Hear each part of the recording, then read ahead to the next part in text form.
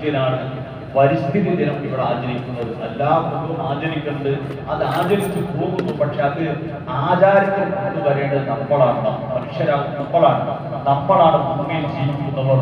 ആ ഭൂമിയിൽ ജീവിക്കുന്ന നമുക്ക് ഭൂമി മുൻഗാമികൾ അത് കൃത്രിമം നടത്താത്തതുകൊണ്ട് ഇവിടെ സുഖമായി നമുക്ക് ജീവിക്കാൻ കഴിയും. നമ്മളൊന്നായാലും കോലക്കേടാക്കിയാൽ നമ്മുടെ ശേഷം ഒരു തലമുറക്ക് ഇവിടെ ജീവിക്കാൻ കഴിയില്ല.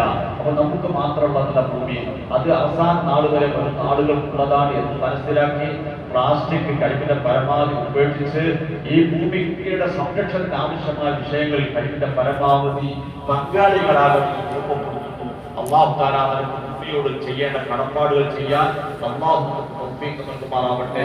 നന്മകൾ ചെയ്താൽ വലിയ പ്രതിഫലമാണ്.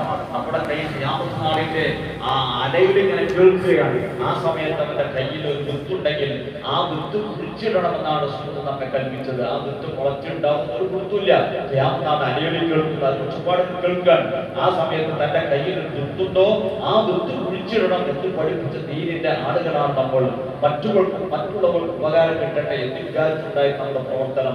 നാം ഒരു വിത്ത് കുഴിച്ചിട്ടു, അതിലൊരു വൃക്ഷമുണ്ടായി, അതിൽ ഒരുപാട് ഫലങ്ങളുണ്ടായി, അതിന്റെ വിത്തുകൾക്ക് വേറെ ഉണ്ടായി. ഇങ്ങനെ ഒരുപാട് വൃക്ഷങ്ങൾ കാരണമായി ഉണ്ടായാൽ ആരൊക്കെ അതിന് ഭക്ഷിക്കുന്നുവോ അതിന്റെ പ്രതിഫലം നമുക്ക് കിട്ടുന്ന. അത് നമുക്കറിയാലോ.